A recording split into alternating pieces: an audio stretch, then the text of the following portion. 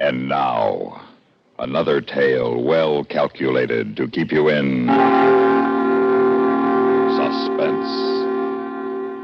The Green Lorelei, written for Suspense by George Bamber.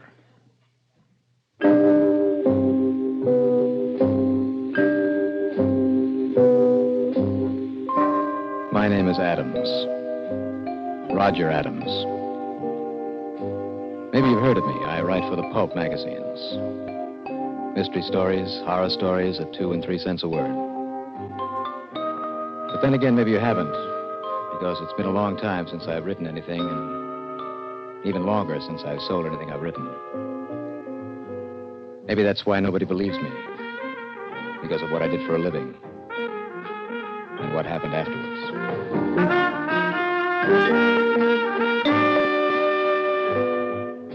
It all happened in Los Angeles, a place they call the City of the Angels. I was living in a broken-down apartment house that overlooked that cultural desert that is the city of Hollywood. It was late at night, one hot, smoggy August. I'd spent the whole day sitting, staring at a typewriter that sat staring back at me. I hadn't been able to write a word for days. Finally, I got fed up with it all, and I took 50 cents of my last $2. I went down and I bought 2 bottles of cold beer. And on my way back up to my... Well, Mr. Adams. Oh, Mrs. Snyder. I thought if I listened at my door long enough, I'd catch you sneaking up and downstairs. No, I wasn't sneaking. Well, I'd like to know what you call it. Walking on the sides of the steps that way. Now, Mrs. Snyder, you have an extremely suspicious and unpleasant nature. When are you going to pay me the money you owe me? At the end of the week. You've been saying that more than a month now. Well, now this time it's true. I just sold another horror story to Authentic Mysteries, and the check is in the mail. Now, I thought it would be here today. Well, I've heard that one before. No, I swear it's true. Now, please, Mrs. Snyder, you have got to trust me. I will have the money for you by the end of the week. Well... Friday for sure. Everything I owe you. I promise. Well, why can't you have a little of it now? On account, $5 or $10 maybe. Because I don't have $5 or $10 maybe. I see you got enough to spend on beer. Mrs. Snyder, it cost me 50 cents for 2 bottles of beer, and that's all I've had all day. Now, if you like, there's a 2-cent deposit on each bottle. I'll bring them down to you when I'm done. Now, don't get smart with me. I've been very lenient with you. I told you you will get your money at the end of the week. Well, you better. If you don't, out you go. You hear me, Mr. Adams? If you don't pay the full rent by the end of the week, out you go, bag and baggage out on the street. I don't see why you can't get a job like normal men and pay your rent on time instead of fooling around with them mystery and horror magazines.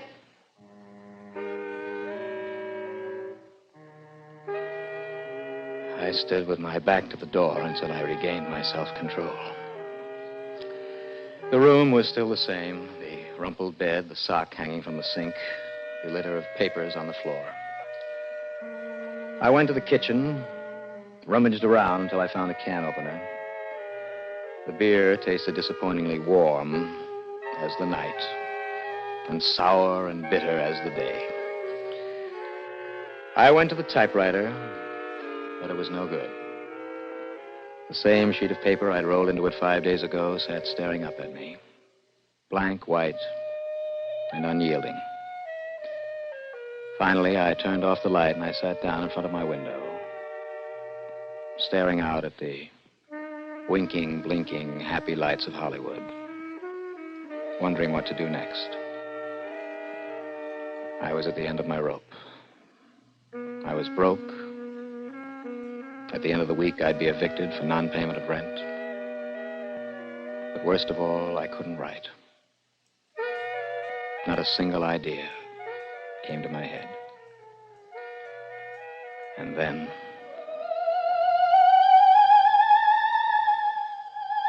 I heard her voice, the voice of the woman upstairs. I had heard it many times before, sometimes when I sat unable to write, mostly at night. To me, she had the most beautiful voice of any woman I'd ever heard. And I imagined her to be like her voice, soft, lovely like her voice. But then it occurred to me that I didn't know what she looked like. In all the months I'd lived in Mrs. Snyder's apartment house, I'd never once seen her. I'd seen her husband many times as he went back and forth on his way to work. He was a short, ugly little man. And it seemed impossible that he could be married to a woman who sang as beautifully as that. Suddenly, I was overwhelmed with a desire to know who the woman was and what she looked like. I grabbed the cup from the kitchen and I raced up the stairs to the apartment above.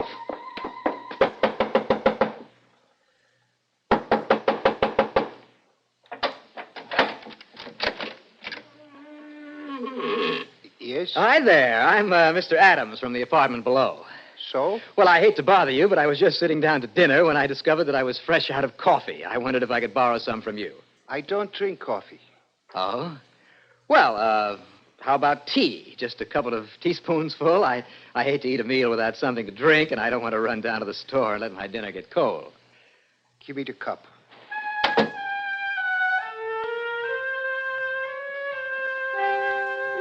He took the cup and closed the door in my face before I could see anyone else in the apartment. But not before I got an impression of what it was like. It was laid out the same as mine, only cleaner.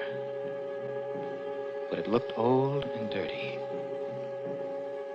Maybe it was the furniture. It was old and black, like it had been brought over from the old country or belonged to a man much older than Mr. Steinmetz, who had lived alone a long time. Here you are. Oh, thank you. Thank you very much. You're, Mr. Steinmetz, aren't you? Yes, fine. Well, I thought that's who you were. I saw your name on the mailbox downstairs, and I thought I might as well introduce myself. I'm Mr. Adams in the apartment below. I know. And I thought since we live in the same building, there's no reason why we can't be neighbors as well as friends, huh? Well, is your wife at home? What makes you ask that? Well, on my way up, I heard a woman singing. I thought it was your wife and wanted to compliment her on what a beautiful voice she had. My wife is dead. Oh. Oh, I'm very sorry. Well, it must have been your daughter, then. You heard no woman here. Oh, Mr. Steinmetz, I stood right outside this door, and I heard her just as plain. You heard nothing. My wife is dead. I stood in the hallway, stunned. I had heard a woman singing, I was sure of that.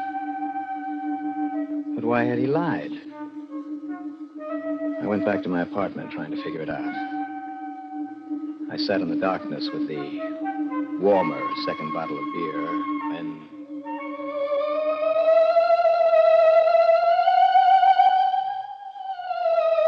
I heard her again, more clearly and distinctly than I'd ever heard her before. There was a woman up there, I was sure of that now. But who was she, and what was she doing there, and why had the old man lied? Tomorrow when he went to work, I'd find out the answer to that.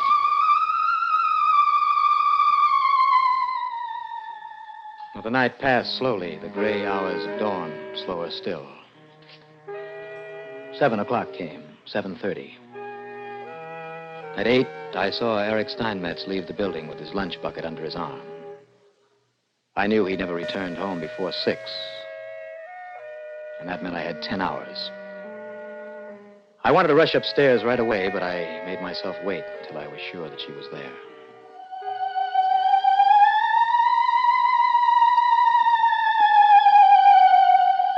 At 10 o'clock, I was sure. I crept up the stairs of the hall, using the sides of the steps so they wouldn't creak, my heart beating in my mouth. The closer I got, the louder her voice became. And at the door, it sounded as if she was standing just on the other side.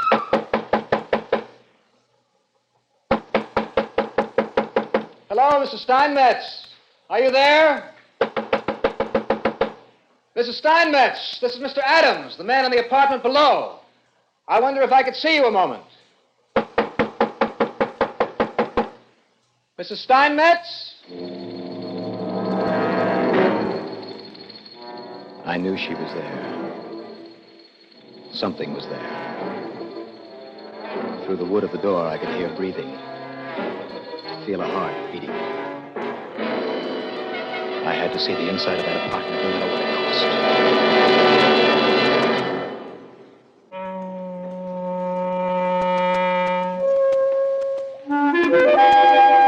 What are you mean you lost your key? I didn't lose it. I left it in my room, and I locked myself out, and I wondered if I could borrow your master key. I can't let anybody have that. I only wanted for a minute, just to open my door. Well, why can't you hang on to your own key? I told you it was an accident. It could happen to anybody. You're the worst one I got. You don't pay your rent, you lock yourself Now, out. look, please, Mrs. Snyder, let me have the key. Please. Now, I will run up, and I'll open the door, and I'll bring it right back. And I will have your rent for you at the end of the week. Well, okay. But you bring it right back down here. I'll be waiting right here. I'll be waiting until you do. I don't want any funny business in my apartment.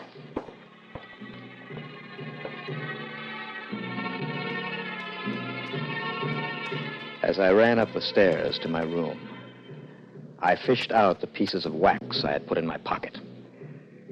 At the door, I squeezed them together over the key, hard.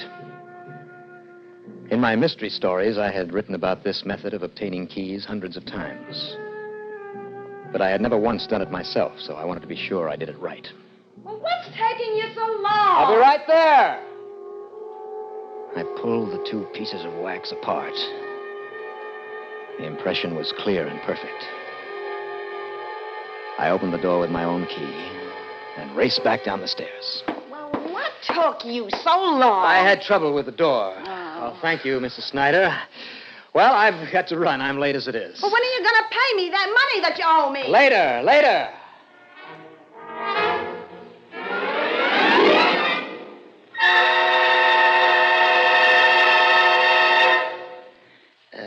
This is a very difficult thing you ask, Mr. Smith. Yes, of course, Mr. Smith. It is not only difficult, but it is against the law. Well, that's all right. I'm a special investigator. You have credentials, then? No, not on me. See, I'm not allowed to carry them because of the nature of this case. Oh, I see. Well, allow me to introduce myself. I am the President of the United States. Oh, well, now, look, are you going to do it or not? There are plenty of other locksmiths in this town. I would not touch this key for less than $50. What? I'm sorry, Mr. Smith. Well, look, here is my watch. It cost me $200 new. Now, will you take that instead? It cost you maybe $35 new. But, well, now, will you do it or not? I see by the President's new watch that Congress is now in session.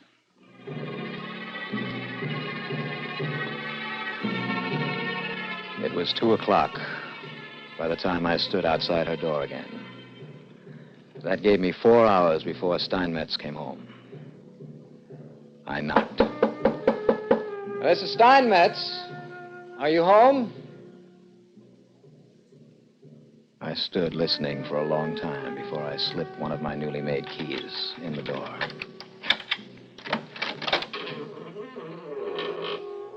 Hello, Mrs. Steinmetz. Are you home? There was no answer. So I stepped inside, closing the door after me. The apartment appeared the same as it had the day before. But somehow, it was emptier now. I crossed the worn, carpeted floor to the curtains covering the small kitchenette. Mrs. Steinmetz? I shoved the curtains aside.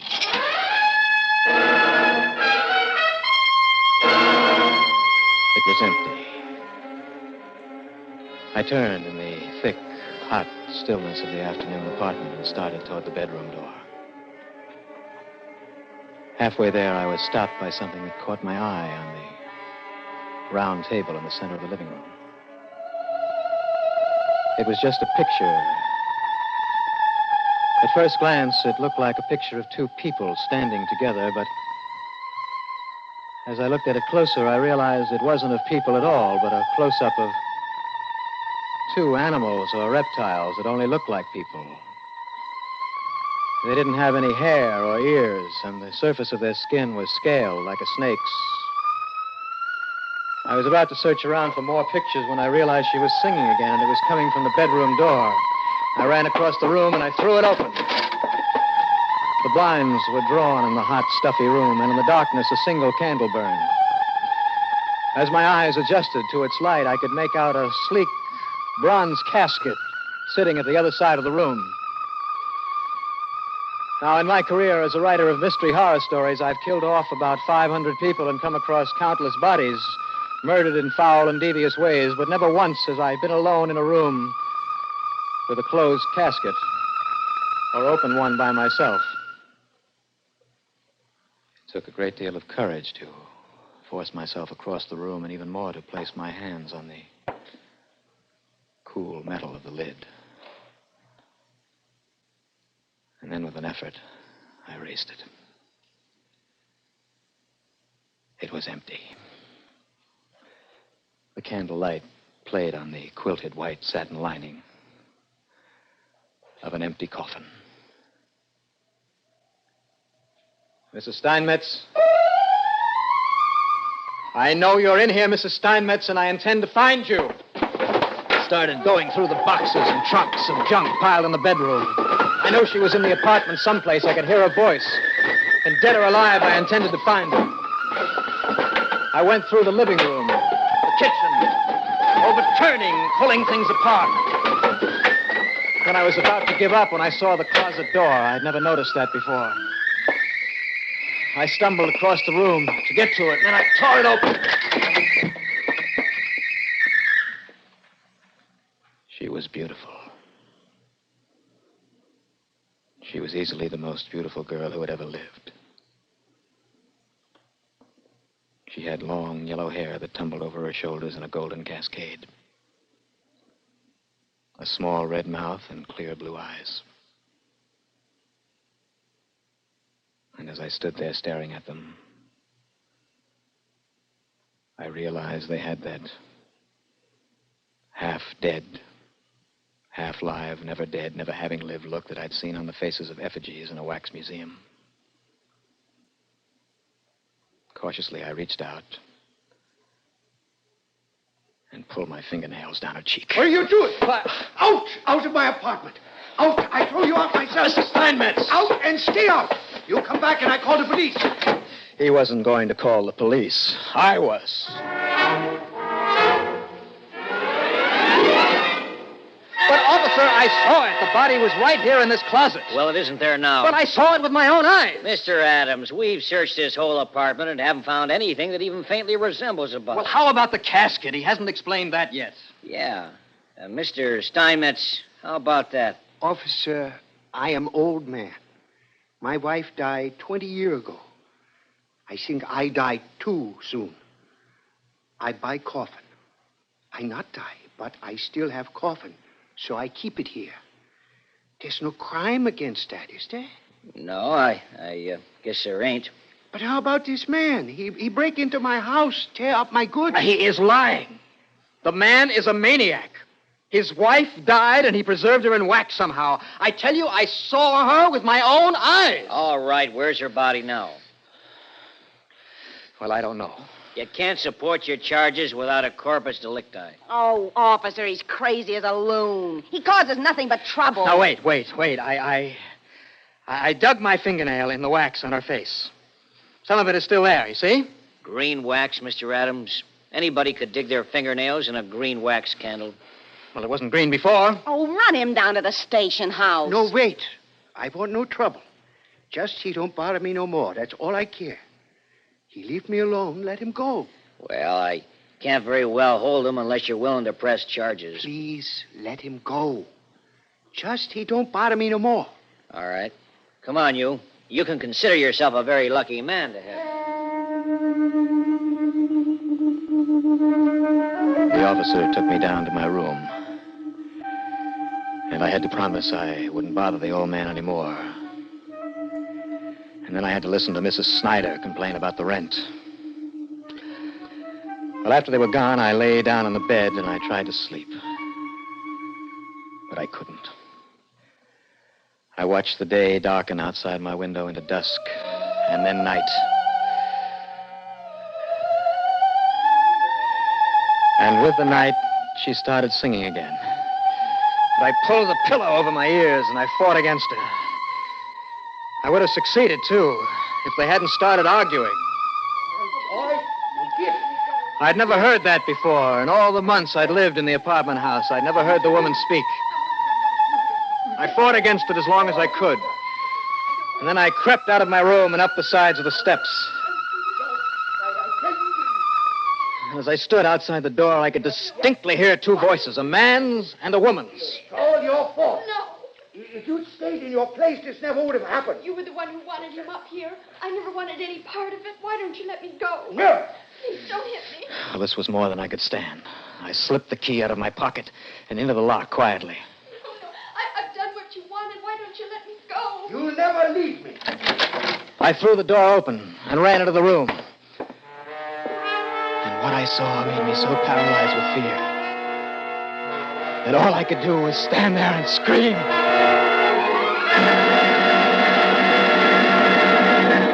I saw it. I tell you, I saw it. I tell you, I am innocent. Don't listen to him. He's a monster, a maniac, a lizard. He's crazy. I am not. I tell you, I saw it with my own eyes. When I came into the room, there were two of them, monsters, lizards, whatever they are. And when they saw me, he changed himself into the form you now see. And she shrunk before my eyes into a little green snake that slithered under the couch. He's crazy. I told you that before. But I saw it. Get him out of here. Look under the couch. There's a little green snake. Take him to the hospital, and the rest of you people clear out of here. Why does the man persecute me? He's lost his mind, Mr. Steinmetz. I knew all along he was crazy. He never pays his rent. I can promise you he won't bother you anymore, Mr. Steinmetz. We'll take him down and have him committed. If you like, you can come down tomorrow and sign a complaint. No. Just so he don't bother me anymore. Well, he won't bother you anymore. I can promise you that. Good night, Mr. Steinmetz. Good night. Good night. Are they all gone? Yes, they're gone. You can come out now, dear.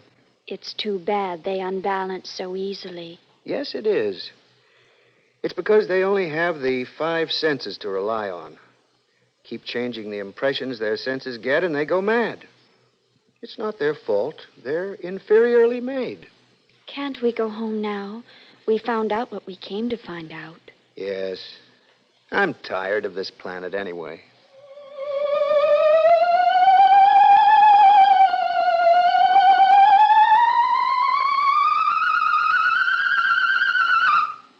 Suspense. You have been listening to The Green Lorelei, written for Suspense by George Bamber.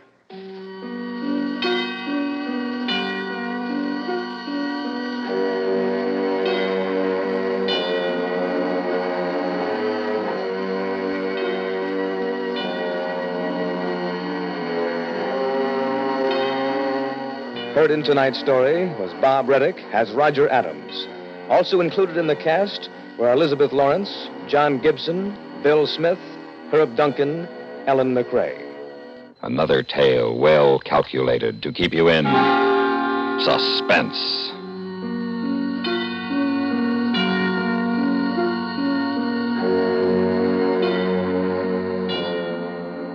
This is the CBS Radio Network.